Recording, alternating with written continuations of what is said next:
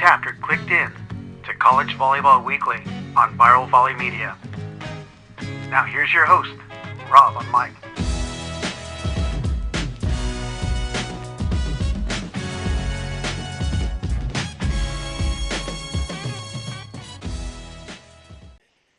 Good day, everyone, and welcome to College Volleyball Weekly, Men's Top 20, Week 13 Recap, Episode 266. Got Brad Rothstadter of UC San Diego, Dan Frand of Lewis, Theo Edwards of CSUN, and Jay Hosick of George Mason.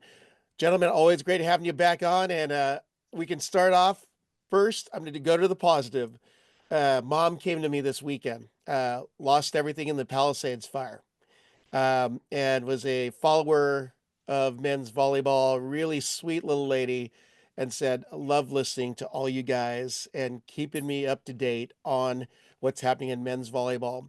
We're temporarily in a apartment complex in Costa Mesa. They're temporary residents, but they're looking forward to getting everything back. But she is extremely grateful for what you guys are doing here on the show. So I wanted to get that out there first and foremost, and thank all of our listeners whom I got to meet this weekend at both the Long Beach Irvine matches. So with that, now I get to be the jerky, funny, semi-funny, and controversial and so forth, because I think there's going to be a bunch of that today. Unlucky week number 13 in the top 20. We'll just call it that. And we'll go to the elephant in the room episode. I wanted to start off with Jay, because he had a pretty decent weekend, a split in the EIVA. So go for it, Jay. Yeah, well, we were talking about it off camera. I'm on the voting committee. I know Dan and Theo are on the voting committee, and sometimes we nail it, and sometimes it's tough. Dan mentioned about how tough it was sometimes. This is one of those weeks where it's tough because the ranked teams 8 through 13 all lost both of their matches this weekend, and so you can't necessarily shift because maybe that number 8 team is still better than the number 17 team if you're looking at eyeball tests and this and that, and it's tough. So the rankings this week, I don't know if there's going to be a lot of shift or not. Everybody votes the way that they feel. I definitely could tell you from my perspective, and I know Dan and Theo pretty well, we take it pretty seriously. We don't mail it in. So it's going to be one of those weekends. But yeah, we had a couple matches up at Harvard. We were in first place before we went up, and felt pretty good about what we had to do. And Harvard, this was their senior weekend, and we luckily pulled it out on Friday night against a good team. They're scrappy. They dig a lot of balls, and we were fortunate enough to, in the 5th game, kind of handle it and take care of business, and felt good going into Saturday. We're going to talk about it, I'm sure, at some point with some other teams. On senior night, crazy things happen. And not only do crazy things happen for the opposing teams, but, the home teams find a little extra motivation sometimes. And we ran into a team that just, there were moments that we looked at them, it looked like they were closing their eyes and making digs and making good swings, and we just had no answer for it. So hats off to Harvard. They beat us in 3, and that it just reiterates what we've been talking about all year long. And so far now, this weekend shows it. Everybody can beat anybody on any given night. There have been a lot of upsets in recent weeks. There's been a lot of wins against teams that maybe were kind of in the lead and maybe separating themselves, but now all of a sudden things are starting to pop up here and there. And Harvard and us and Princeton and Penn State and Charleston, we're an NJIT, we're all in that hunt, and the EIVA is getting exciting at this point of the year. So that's what happened to us. Well, let's open it up to the other coaching panel. Full thoughts on the EIVA stuff that's happening. Any want to jump in? Well, certainly Charleston beating Penn State 3-1. I mean, we knew Charleston was solid, and Penn State got the win the first night, but not shocked. I think Charleston's got a good group. Max Neeson had 27 kills at hitting 388. And we knew Kai Cousins, had 20 kills, 429. So not a team you want to be sleeping on if you get into the EIVA conference tournament for sure. And everybody knows that within the league. Yep. Anyone else? No, I just think right now Princeton's a little bit in the driver's seat. They still have some tough matches ahead. I think they have both George Mason and Penn State ahead. But I think that group is really well tested, and Sam's played a really tough schedule for them. So I think they have a slight edge in my eyes right now, but yeah, it's going to be fun. And I think it'll be the first time we'll have to really look into the EIVA tiebreakers and different scenarios and situations that could play out. Yeah, great call. I think the tournament's going to be super exciting. Just seeing that it's been a little bit of a who's hot that night type of situation. And yeah, man, I think the EIVA is exciting right now. Good stuff. Well, the 3-letter name series is still going to happen. Sam versus Jay. So it'll be a fun one to watch. I didn't want to jump ahead, but apparently that's one of the matches to watch this week. So let's go over to Dan. He gets the CVW Coaches Panel Award winner, going undefeated, 2-0, Queens. I guess. I might also have the most 5-game matches out of everybody this year too. I get that award as well. So, yeah, ultimately, we took care of business the first night, and then, like Jay talks about, we had senior night ourselves and rotated through a few guys. But Queens brought it the second night and did some really nice things, and we had to adjust. And we were even down on the 8-6 on game 5 on the side change, but found a way to string some points together and kind of ended up winning that in 5. But Germany's got some talented pieces for sure, and I wouldn't count them out again, even if they're towards the 7 or 8 seed at the end. But the league, we knew McHenry was going on the road. McHenry had to go, to Ohio State and Ball State, and ultimately a match in 5 with Ohio State and a match in 4 with Ball State. And that was Ball State recovering after getting beat the night before from Quincy for the first time since, I don't know, 2011. 9, something like that. And and that was a huge win for Quincy's program. We talked about they have some talent, and Omar Sanchez, first-year coach. But they got a nice win against Ball State. Ball State recovered, got a win against McHenry on 4.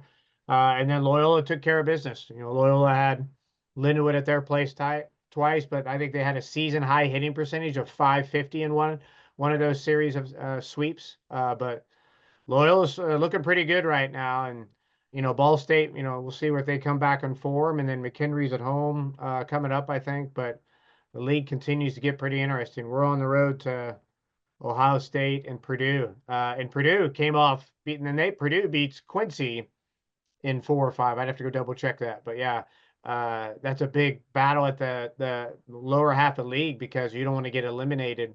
You want to make the conference tournament, and I think. There's a couple teams there in that fight. Yeah. Dan, how does the hosting of the conference tournament work? So we went back to whoever is the highest seed hosts the first round, second round, third round. And so basically 1 through 4 will host 5 through 8, corresponding for 5, 3, 6, 2, 7, 1, 8. And then whoever's the highest seed remaining after winning those matches would host a semifinal, and there is no reseed. And essentially everybody travels to that semifinal. Okay. No, so semifinals, let's say the seeds stay true and Loyal's or McHenry's won, then they would go to those 2 institutions, 1 and 2, from the winner of 3 and 6 and 4 and 5. And then they don't all travel to number 1. They would just okay. Gotcha. This is how we've always done it. Last year was the first year we didn't do that. Yep. We went to a host site, and so we went back to this. I like this format. It means you're fighting for something. Yeah. Like if I'm the 2nd seed, I've been the 2nd seed and played that semifinal match in somebody else's gym and it's crickets. And then I've been that 2nd seed and played at home and the arena's sold out. So your kids earn it. It's like, hey, you're earning that opportunity to play that game at home. And it's a good feel. And there was a time where we used to kick gate back to the league. The league would make money. They were making half of your gates going back to them because you're selling that game out. Where if I'm playing Ball State at Ohio State, there's 100 people there because nobody else is coming to watch outside of just the family members from that. So, yeah. But any other panelists on MIVA or Dan's pair of victories this last week in week 13? No. Well, you'd mentioned, though, I was looking at the standings of the MIVA, and it's still a mini log jam near the top, but you have a flip first place team now. Loyola now sits atop, and Ohio State is fifth, or after all the tied for seconds start battling out, or tied for third. So still a lot to be sorted out in the MIVA. Big week coming up for everybody. So yeah. I think it's interesting too, McKendree, after their obviously long stint of wins, how they're going to respond to that. And obviously they're a really talented team. And you always wonder, especially at this point in the year, did a team peak early versus where are they at and how can they finish, right? Losing 2 tough ones on the road. And how do they respond to that? I think is really interesting. Alan Knipe made an interesting comment this week talking about the response that his guys had and how they responded to Irvine. Obviously, we're going to get to that, but the response is a big deal, and waiting to see kind of what that group can do. But obviously, Loyola looks really darn good, and obviously is playing somewhat favorite in my eyes. Well, look at the way Ohio State got it done. They took the first 2 and almost let it slip through their hands there, and had to get it done in the 5th set. But quite the comeback there for the Buckeyes in that 5th set. So let's go westward, and we're going to head over to the mighty San Fernando Valley State Matadors, or that would be CSUN. Theo, unfortunately, it was an 0 for week, and it was one of those things like, you know what? We're not surprised it happened, but that's just knowing Rick and UC Santa Barbara. So yeah, I mean, they're obviously we had our home and home series with Santa Barbara, and Rick does just a fantastic job with that group. And they have been shuffling through lineups for quite some time and just trying to find something that fits. And I think to everyone's surprise, their best lineup right now is without Bianchi. Bianchi's on the bench, and they moved George back to the right, and on night 1 they had him on the left, and we were able to kind of capitalize on a lot of the passing deficiencies and really take advantage of some of their issues. But both Riggs Guy and Ben Court, I thought did a really, really fantastic job against us, and specifically they fought off the tough serves well, and they handled the high balls a lot better than anybody else on their team, and it's put them in a position. They're still, I wouldn't call them an elite passing group, but they do a really, really good job of dealing with the tough stuff. And I think this team they were really hungry. They wanted a little bit more than we did, and they fought through the long rallies a little bit tougher and found a way to really slow Jalen down quite a bit. And that probably was the biggest difference, right? I think on the weekend, it was probably one of his worst weeks of his career, let alone this season. And so I think we're pretty excited to get back in the gym and, face a little bit of adversity for us, because, this has been kind of one of those ones where the guys felt like they let it get away, especially night 1. So it'll be interesting to see how they respond in practice today and moving forward. whew, look at you, up 2-1, go to a 31-29 loss from the 4th set. You guys are battling, and you're saying Jalen Rose held to negative 0.57. I'm like, that's not a right stat line for your boy. I don't know who Jalen Rose is, but I think Jalen you're right. Jalen Phillips, sorry. But if we're at Loyola, it's Jordan Lucas, but My bad. I'll comment quickly. First of all, I think Theo took his guys to Freebirds. That's prior to the match. That's probably why that was going to plan. But I think Theo nailed it on the head. Jalen Phillips has been having a phenomenal year, and he was non-existent in these matches. And I think that could be part of the reason why, because every team, like I said, has got that one guy, maybe 2. Some of the teams have 3 or 4. But, when you have that one guy that you can go, hey, get us out of trouble, and then he can't get you out of trouble, then you start putting pressure on everybody else to start picking up the slack. And unfortunately, Santa Barbara just scrapped their way to some victories. It was a good weekend for Rick and the crew up there. Yeah. Any other panelists? Oh, silence. Wow. Okay. Well, that means we go to the UC San Diego Tritons, who made their way out to their ocean habitat of Hawaii. And apparently a lot of spiciness, sauciness, and chirping and chatting. But I'll let Brad talk about that. Yeah, we were out at Hawaii, and just a good experience for us as a group and us as a team. And really kind of, we got to enjoy ourselves a little bit, which is not normally the case, but thankfully we were out there over spring break. So the guys didn't have to stress out about schoolwork or anything.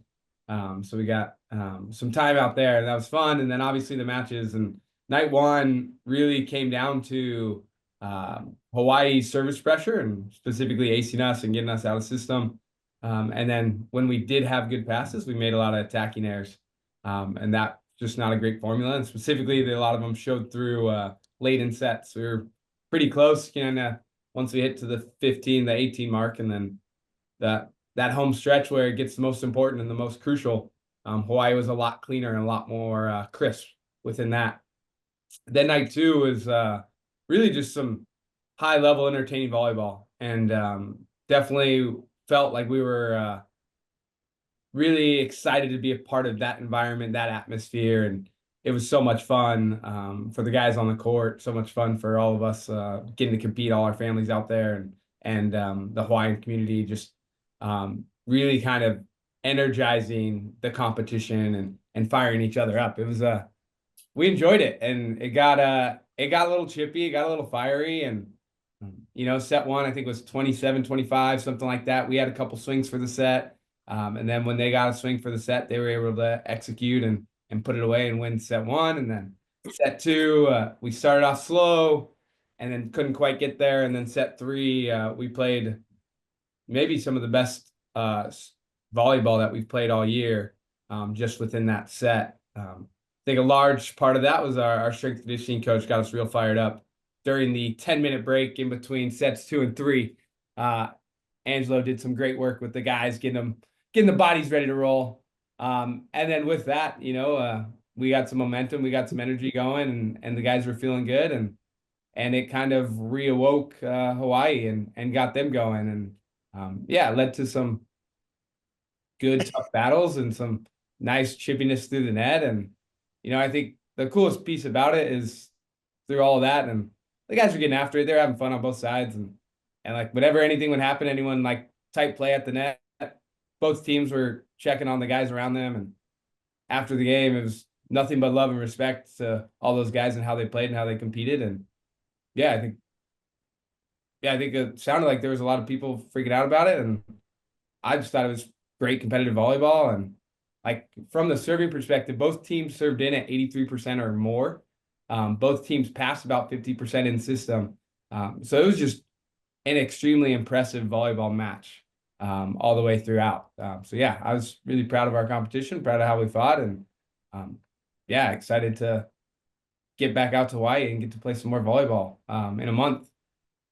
Excellent. Anyone want to chip in on I'm back on that chip theme. Talk about Brad's series against Hawaii. I'll be brief. I love the political speak, energizing and entertaining that Brad used in order to describe the match. He's pontificating.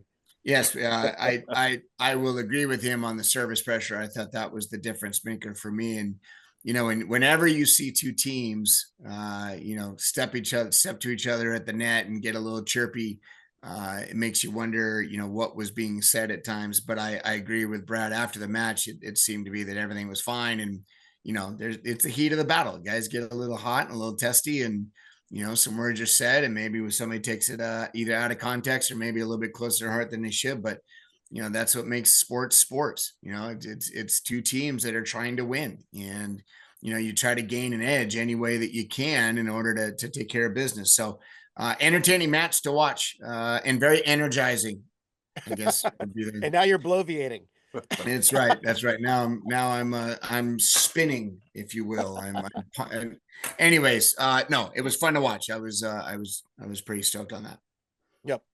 We had a couple yellow cards in our match and a red card thrown out again. And so and the yellow cards were just the guys yelling through the net. There were no yellow cards at all. There wasn't even a warning. Yeah. Your match gets almost into fisticuffs, and there's no cards being thrown. Yet Dan and I sneeze in the wrong direction, and we both get yellow cards. And then we say bless you, and all of a sudden it's a red card. It's weird how that happens. Then the song "Controversy" by Prince starts playing everywhere. So Jeremy got a red card because he was talking to the downer official. I guess I don't know. I don't know.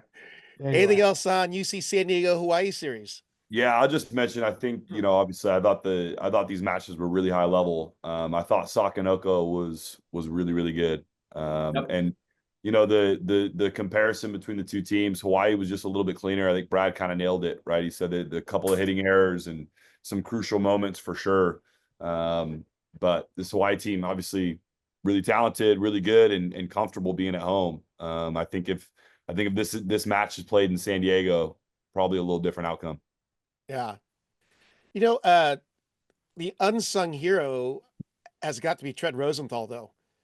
What he's doing with that offense, I was looking at his stats, and he's chipping in 4 or 5 kills, but 40 plus assists per match. And he just looks really good on paper. And, you know, obviously a little later for us to watch, but we try and catch the highlights. But he's running a great offense with Adrian, Christian, and Louis. And then, of course, there's Nooster and their other middle name is slipping my mind. But they had Justin Todd, and then he went down, tweaked his ankle, and oh no, seemed like he was all good when we talked with him afterwards. But and then Ofek Hazan came in on the middle from Israel. So gotcha. I mean, and Trent's doing a great job. I think another thing is his serve, not necessarily getting a ton of aces, but he's putting a ton of pressure. So he's their first server, and he puts a ton of pressure. And they start off with Tread serving and then Roar serving, and those are two servers that did a really good job for him with some of the other ones, obviously. But I think that's a piece of their game that might go unnoticed as well. Yep. With that, you know, we were talking about great setters. Another great setter on a team that is in the top 2, UCLA, had a series with Pepperdine. Wanted to get your thoughts on their 2-0 week, since we're now out of the, I skipped myself in the elephant in the room because there's kind of like some side topics that'll flow from it. But let's talk about UCLA Pepperdine. Any thoughts on what we saw that weekend, this weekend series? Ooh, okay. Well, UCLA won 2-0, and I think the Silent Assassin Award has to go to Cooper Robinson.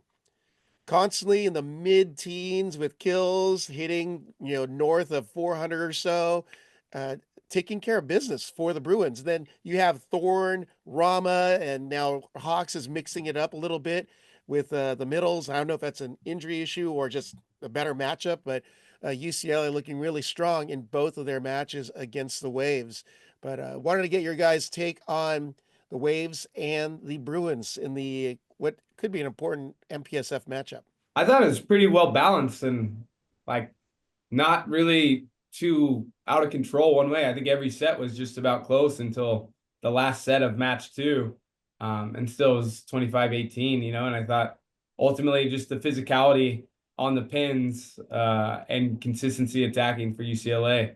And it just made it so hard to point score over and over against them and make up for if you fall behind 1 or 2 points against them. So their offense is definitely finding their rhythm, and then they'll keep doing what they do from the service line and get a couple runs, whether it be Ito David or Zach Rama or Andrew Rowan. They'll have some good servers back there. But I thought Pepperdine played well and pretty. It was a pretty clean series back and forth.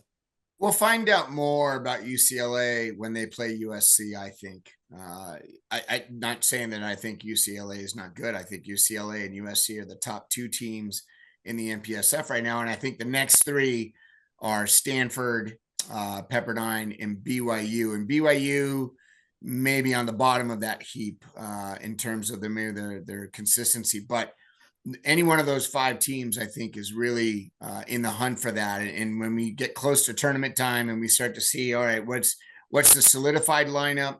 Are the health issues? Are there anybody with injuries that are nagging? You know, this and that. But we'll find out a lot more about USC and UCLA come the time when they play each other.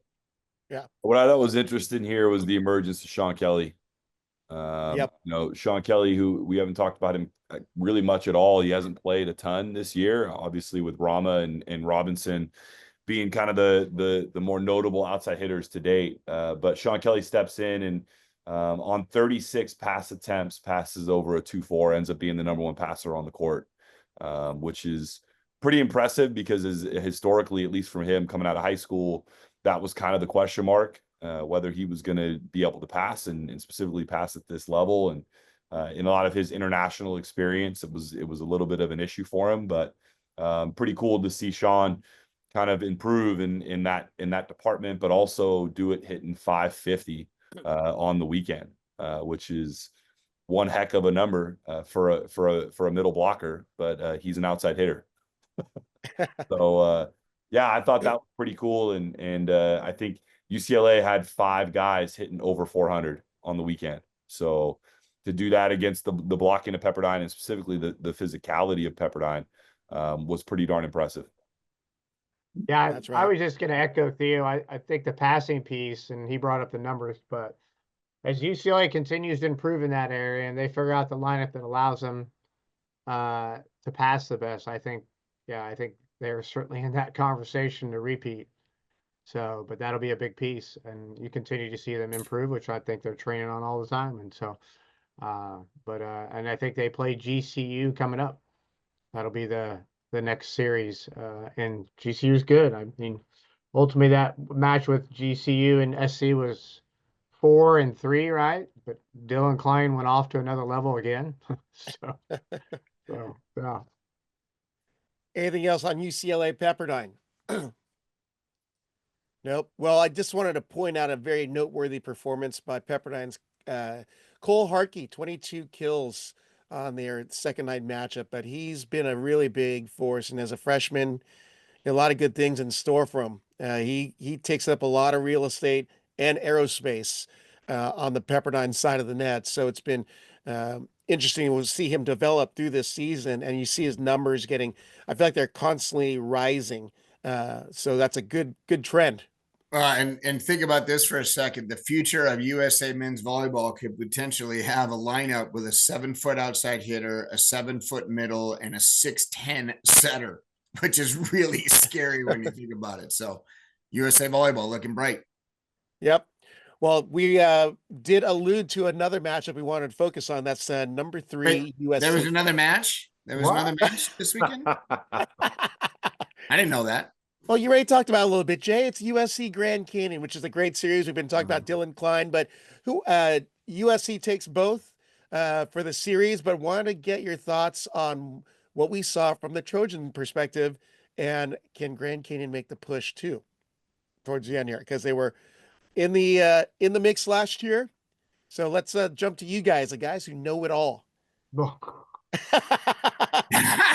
Yeah. Anyway, That was your first I just mistake. said it. I said Dylan Klein, both matches, like he's at least making 1 or 2 highlight reel plays at some point during matches. And granted, he's got a phenomenal group around him. Caleb's running a good offense, but same thing. Went to work and got 2 wins and 4 against a good team. So, yep. Anyone else? A little silence on USC Grand Canyon. I think No it's love mostly continues to be the theme for USC is being pretty good offensively. Especially with their middles, and then Dylan Klein. Then on top of that, especially because Duker struggled a little bit, especially early on, saw some struggles. But really where they're winning a lot of their matches seems to be serving in and then blocking defense. And that's been a real strength of the team throughout this year. And that showed. I mean, even Grand Canyon passed better than USC on the series over the 7 sets. So to be able to still be able to get positive touches, defend, turn those for points in transition is just a testament to the preparation those players and teams are putting in. And USC is obviously doing a good job with their scouting reports. Yep. Anyone else? Yeah, I was going to say what Tompkinson does up there, as well as Dukert, and I don't know that he gets enough credit for this, but on the blocking side of the ball, those guys are touching and slowing down a ton. And to have a team like Grand Canyon essentially pass a 2-4, 2-2, somewhere in that range on the night, and for them to still point score at close to 40% and be touching almost everything is pretty impressive, considering what the kind of offense that GCU tends to run. But I think these guys kind of echoed it, but Dylan Klein and what he's doing and the consistency that he's doing it at, and Brad said that Dukert had a little bit of a rough night, but he hit 330, or a rough weekend. He hit 333. We could have taken that on the right side this weekend. So that's a rough night. Love a rough night. I think it was just the start of one of them. I forget which night. I think it was just the start. Yeah, it was a little slow start. He must have figured it out at some point. So great. I was going to ask you though, for the volleyball layman, you allude to numbers passing at 2-2. So Yeah. explain for our everyday Yeah. So fan people. there's a couple of different scales, right? A 4-point scale and a 3-point scale. The way that it, traditionally, if you go to the 3-point scale, a perfect pass, or what would be considered a 3-option pass for a setter, is a ball that's kind of in the middle of the court, allows you to run the middle, obviously both pins as well. Once the ball comes off the net, and maybe now the middle's not an option, maybe it's a 2-point pass. And then once you're really off the net and you only have one option, you're setting one guy, that's now passing a 1. And so the average of all your passes, 3s, 2s, and 1s, essentially the closer you are to a 3.0, the better you're passing, to break that down a little bit. But for them to pass a 2-2, I think they were a 2-2 on the 3-point scale, a 2-4 on the 4-point scale.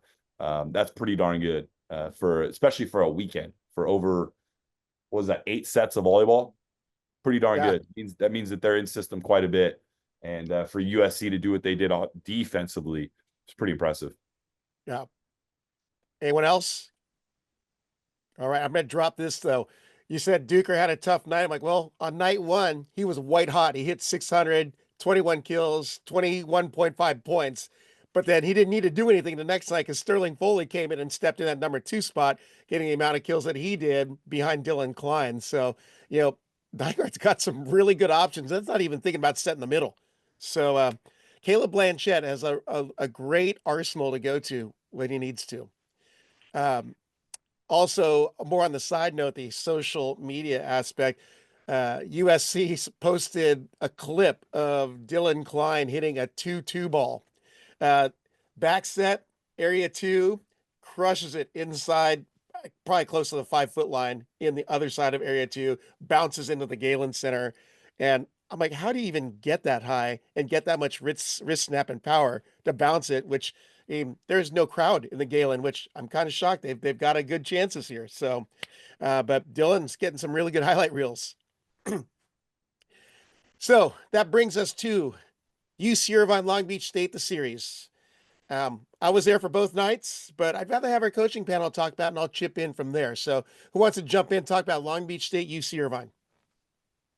I'll start it off. I think because I had mentioned earlier the conversation that Alan Knipe had mentioned after the second night, I should say. And here's the thing, like I think we had talked about this. There were moments where everyone was wondering if Long Beach could be beaten. And to everyone's point, or everyone's concern, they're human, and we got to see the human side of them in that sense. And the reality was that, I think Irvine, obviously from a physicality perspective, from an offense perspective and a size perspective, they match up really well. And especially to put a lot of pressure on Long Beach and do what you need to do. They also have the servers to get it done. And in the pyramid, I thought Irvine's serving was fantastic. And if you look across the net, the serve and pass game was really the biggest difference, especially on night 1.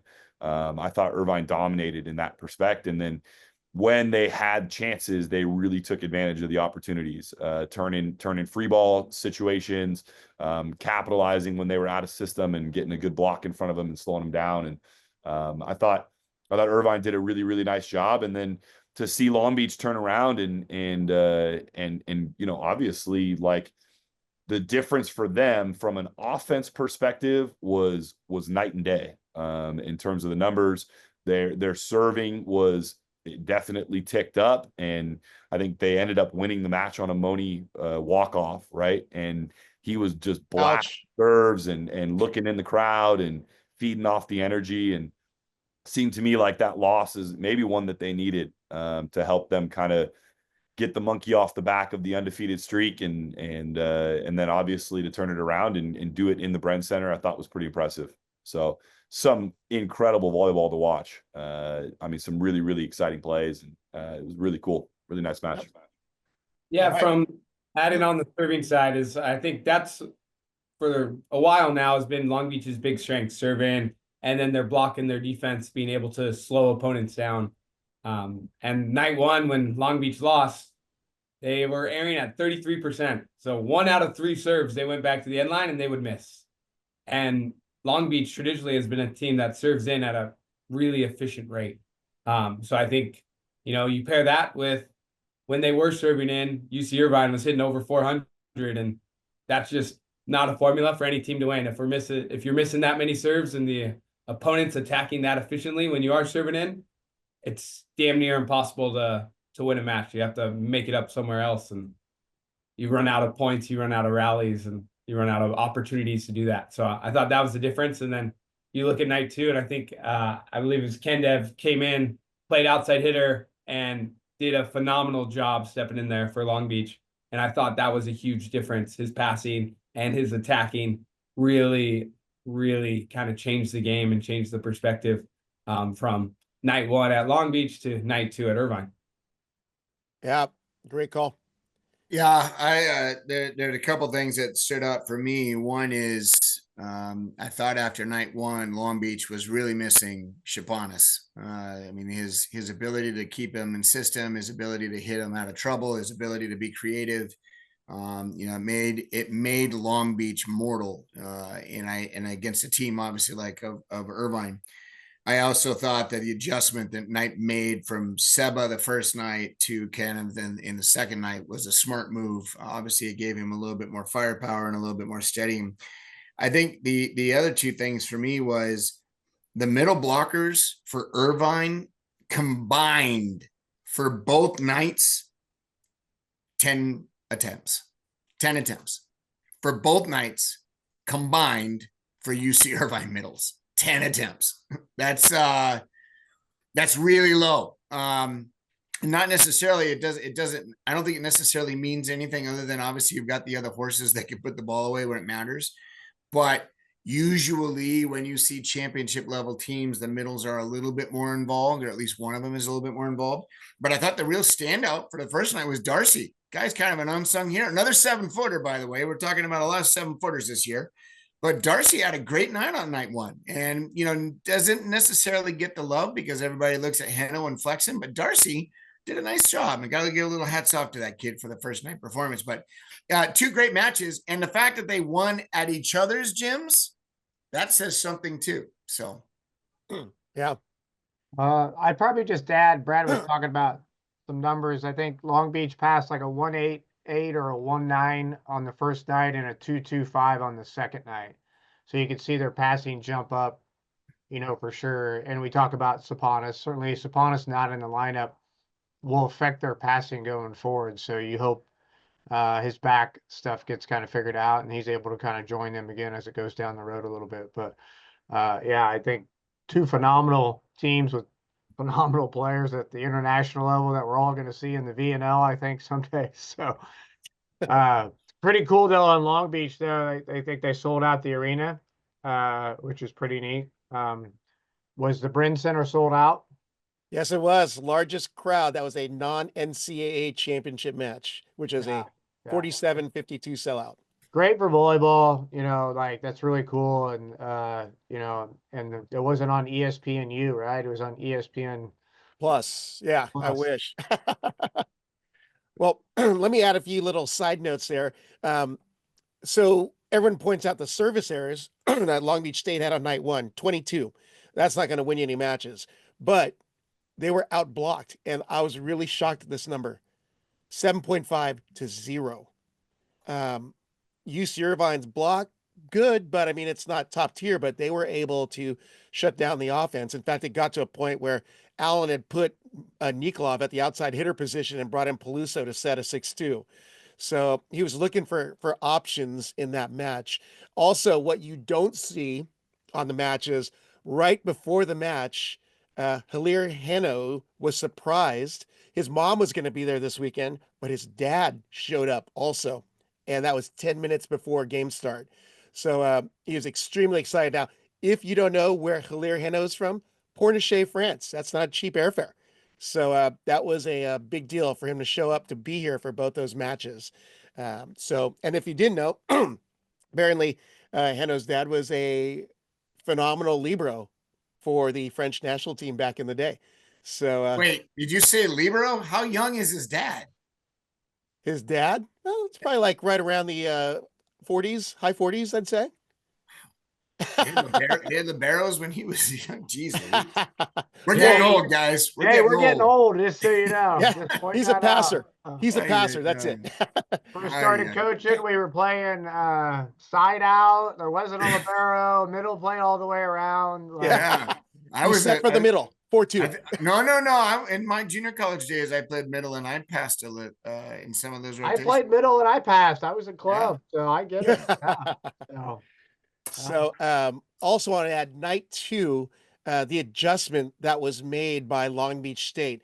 The insert, Theo had mentioned Alex Kandev, 6 kills, 1 kill, night 1. Well, bump that up to 15 kills, 1 error, night 2. If he doesn't get, is he a freshman or is he a sophomore? I can't remember off the top of my head, but he should be getting some Player of the Week honors because of what he did this weekend for that team, even though they split the series this weekend. But bringing Ben Braun in, that's a 6'11" blocker now, along with a 6'9" Mooney. And then you have they listed him at 6'8", Kandev, or even a 6'7" Varga. So there was a huge Long Beach State wall going up against Heno. And that night 2, the balls that Heno was putting away in night 1 in the clutch to stop any kind of momentum was put back by those blocks. So excellent adjustment by Al and his staff at Long Beach. And Kandev, shout out to you, Mooney, which we're going to transition into our discussion topics, the Mooney effect. And the reason why I want to bring that up is because we see his play on the court, but what you don't see is the effect of Mooney's influence on the game off the court. You don't get to see that at Long Beach State because they have their bleachers. They're blocked off. They got security at the entrances to the floor. Irvine does not. As soon as that match was over, you had 200 to 300 fans waiting to just talk to Mooney and get a selfie or to get an autograph. I mean, they were waiting. They had to put the security staff at the end line, and you could hear him every time he served. It was always loud cheering for Mooney. And, when he got that walk-off ace, the lid blew off the top of the brand. And I'm talking about what a stinking vibe and aura he's got where these fans are following him around as a college freshman. So his social media, mad shout out to what they're doing. But what do you guys see as the effect that Mooney has had on the game as the freshman doing what he's doing? The same thing that happened in our gym. We actually have ropes now because of that. Like we had this whole Bulgarian contingent because the gym was sold out. And then, so now we've got ropes up to kind of make sure that doesn't happen. But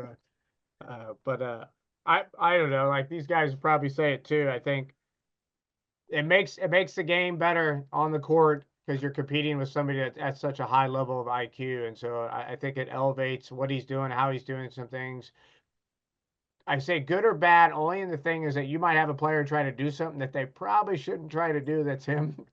But it's all about creativity and, the kids, should be jumping on and seeing some of these phenomenal things that volleyball does at an international level, but now they get to see it right in front of them. And so I think that certainly sparks more interest in the game, which is fantastic. Yeah. Yeah, I think I had mentioned it before, but the social media following and what he has been able to accrue. I think, the Mooney effect is definitely a real thing. I think what's really interesting and what, Jay and I continue to talk about is this is capable of being a top tier sport. And, the question that I would ask is, could this same effect happen in a different league somewhere else? I don't know.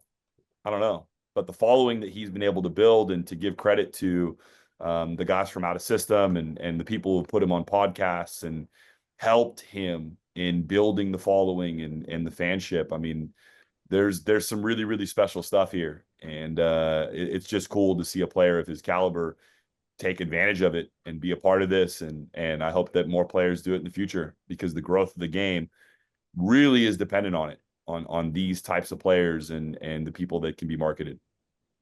Yep.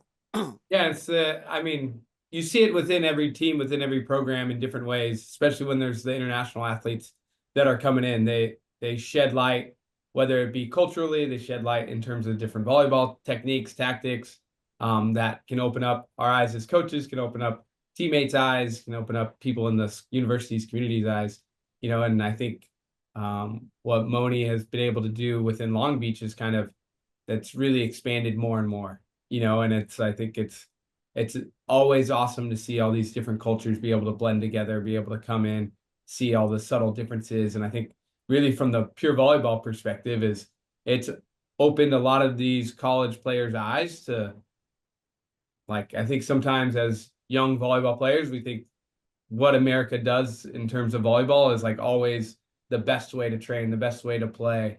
And it's what we do. So it's kind of what a lot of people think, but it's not necessarily a fact, right? We haven't won every gold medal to ever exist. There's lots of other ways to train. There's lots of other ways to play volleyball. And I think this has really opened up NCAA players' eyes and youth players' eyes that, like, you don't have to be American. You don't have to train this way to play volleyball. It can look a little bit different, and it still be effective, if not more effective than what we're doing. I think that the more open-minded we are to those different perspectives, those different aspects of cultures or training or competition is better and better for the volleyball community. Well, and think about for a second, American kids grow up watching pro baseball, pro football, pro basketball, pro hockey. And, when we were all younger and we were in the backyards, we were like, oh, I'm going to throw like so-and-so, or I'm going to make this catch like so-and-so, because we saw it happen in real time, maybe watching a live game of some sort. Imagine who Mooney was watching growing up to be able to do and have some examples of what it could look like. And the two that come to mind that probably he was watching were Maroof and DeCecco. Those are two of the best setters in the world, not the biggest by any standard, but definitely two of the most creative and the most deceptive and the most effective. And so he probably stole a little bit from this guy and a little bit from this guy and a little bit from that guy. And it just so happens he's 6'7", 6'8", and he's built well and he's strong. So he added a little bit of his own flair to it. And this is the result that you're getting. So imagine if we had a men's pro league here in 3, 5, 10 years, the style of play that we would see at the college level, the ability for some of these kids to gain some insight and knowledge of how it looks and feels to play at the highest levels. It'd be pretty exciting stuff.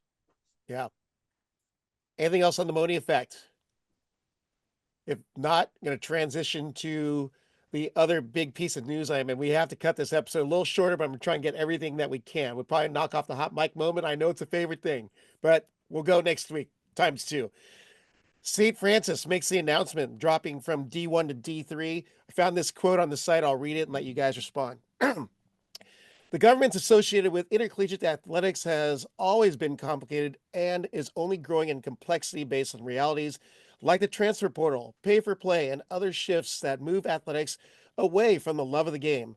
For that reason, as a board, we aim to best provide resources and support to our student athletes in this changing environment that aligns with our mission, Catholic institution, and our community's expectations. Thoughts, gentlemen? Won't be the last one. Nope. That's the sad part. He's 100% correct. St. Francis has been known for a long time to be a really tough sell. If you've ever been to Loretto, it's in the middle of nowhere. Loretto itself is a one-horse town, and they only have 22 students on that campus. To be able to facilitate Division I athletics, that was really, really tough. Yes, 2,200 students, Dan. 2,200. You said 22. You said 22. Not 2,200, just so you know. I was like, I think the volleyball team has at least 22. Sorry, 2,200. I apologize. Right.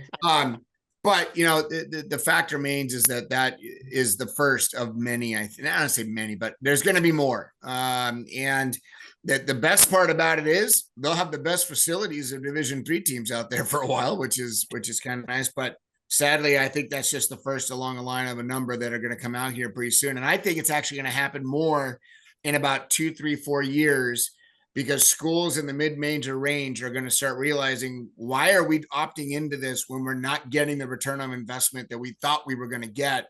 That's when you're going to start to see people shift down, because they can't afford to keep up in the arms race anymore with the big dogs. Yep. Anyone else?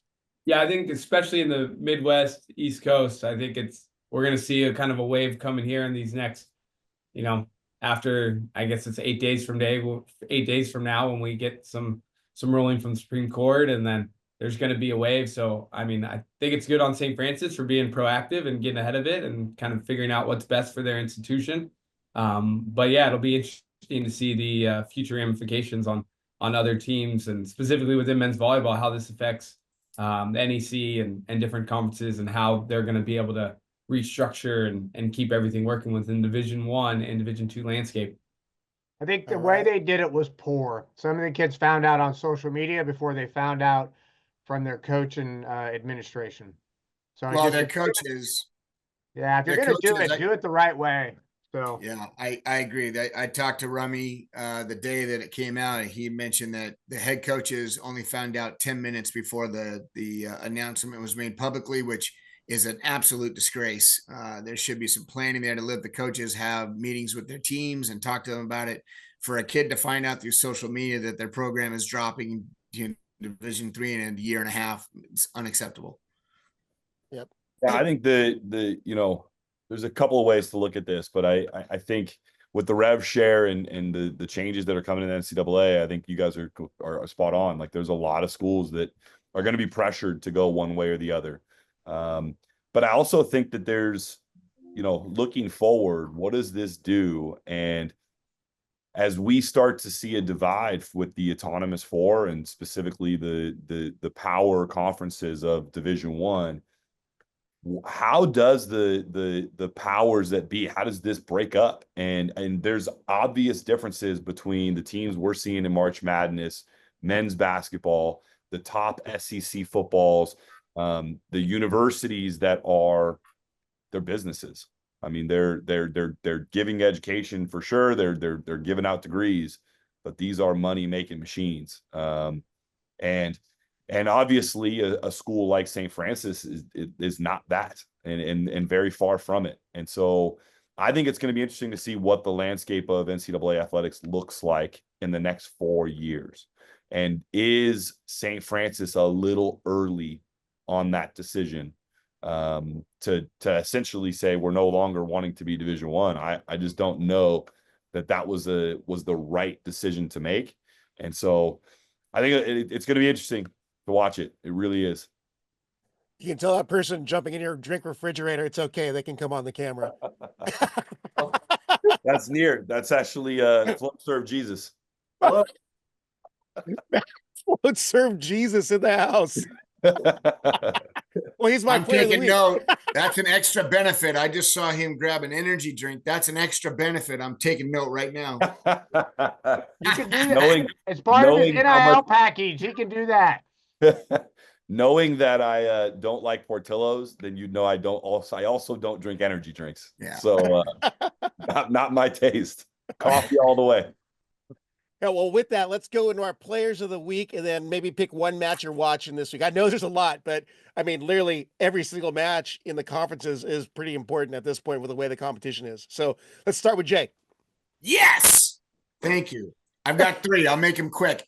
I'm giving Max Nissen a little love from Charleston with 27 kills, hitting 388 against Penn State for the first win in program history against Penn State on Penn State senior night, no doubt. Big, huge one there. And I'm giving a little bit of love to Robert Poole, the head coach at Charleston, and to Omar Sanchez, the head coach at Quincy. 2 big wins for 2 programs that for the last number of years maybe have not gotten the results they wanted, but 2 coaches that are doing good things. That's my call. Cool. Let's go over to the Theo. Yeah. Okay. I got a couple of good ones. The first one is San Diego and Irvine, Rob and Brad. Hey, we're not doing matches. Players of the week first. Wow. Oh, sorry. You're out. Wow. Hey, Are you sure? I'm Is that Bailey's and coffee or what? Hey, I'm up. Theo, Dan, go. Now, I got AJ from Quincy. He had 23 kills at 312, 27 points in that upset over Ball State. I think it's pronounced his last name Gudere. That was Goodig. Yeah. Yep. I'll go with that. Look it up. And then I got Guy Riggs beating up on Northridge. Bam, bam, baby, bam. I'm headed up to LA too for mine. I got 2 LA outside hitters, Cooper Robinson and Dylan Klein, with strong performances. All right. Theo, this is your second chance here. Yeah, I think I was talking in here, and then Jay had mentioned some coaches. I'm like, oh, all right, I guess we're doing teams now. All right.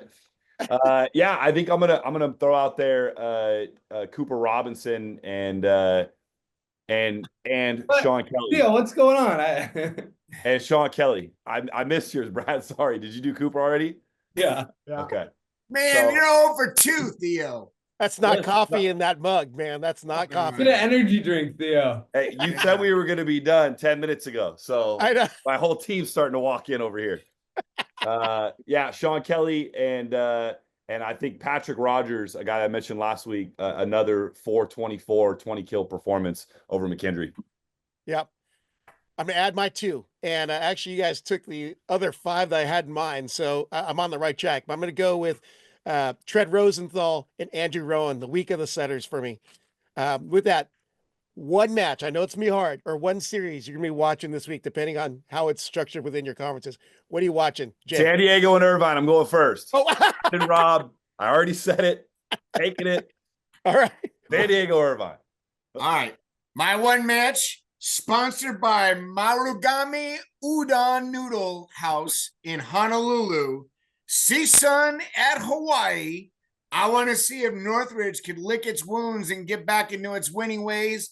If you get a chance, go check out Marugame Udon. It's there in Honolulu. The place is fantastic. Can Float Serve Jesus perform a miracle? I love that they're sponsoring it, but it's in Northridge. Both matches are here. Oh, dang it. Dang it. I'll Well, go next. people in Hawaii. I love it. Marugame. I'll go next. Sponsored by continuing to find ways to get under Jay's skin. I'm going to stick in the EIVA and go George Mason Princeton. I think it's going to be an awesome one. I think if someone can win both of these, they're right there to take over and host in the EIVA conference tournament. The 3-letter matchup, Jay versus Sam. We're gonna be watching that one for sure. How about you, Dan? All State and Ohio State and Lindenwood and Quincy. So I think those are 2 big league matches for us. So for sure. Excellent. Well, gentlemen, as always, I appreciate your input, insight, fun, and banter here on a College Volleyball Weekly Men's Top 20, episode 266. That is the wrap. Brad Rothstratter of UC San Diego, Dan Friend of Lewis, Theo Edwards of Float Serve Jesus and the Drink Machine in behind him, and Jay Hosting of Georgia Mason. Thanks for listening to College Volleyball Weekly. Be sure to follow Rob Aspero at the Rob on the Mic on Instagram and at Rob on the Mic on Twitter.